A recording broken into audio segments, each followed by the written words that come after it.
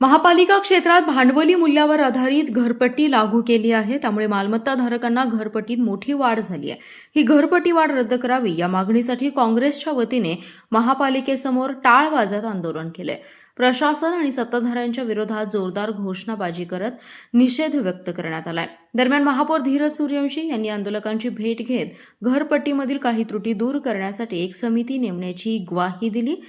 महापालिका क्षेत्रातील मालमत्ताधारकांना वाढीव घरपट्टीच्या नोटिसा दिल्या आहेत। या निषेधार्थ विरोधी पक्षनेते मंगेश चव्हाण यांच्या नेतृत्वाखाली पालिकेच्या शाळा क्रमांक 1च्या इमारतीसमोर टाळ वाजत घरपट्टी वाढीचा निषेध केला। यावेळी घरपट्टी वाढ कशासाठी, उधळपट्टी करण्यासाठी यांसह अन्य घोषणा देण्यात आल्या।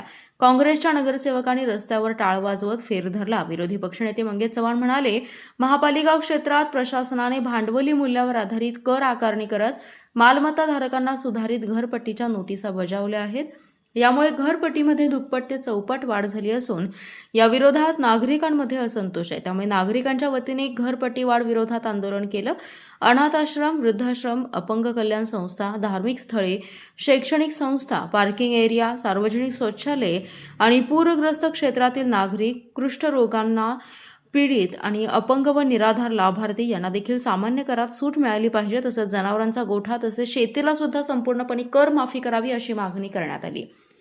या आंदोलनात काँग्रेसचे शहर जिल्हाध्यक्ष राजेश नाईक, नगरसेवक मयूर पाटील, संजय मेंढे, फिरोज पठाण, अभिजित कोळी, हर्षवर्धन पाटील, विक्रम पाटील, सावर्डेकर, राजू यमगर, नगरसेविका बबिता मेंढे, बिल्किस बुजरुक, वर्षा निंबाळकर, अश्विनी कोळेकर, सलमा शिकलगार, सोनल पाटील यांच्यासह काँग्रेसचे कार्यकर्ते सहभागी झाले।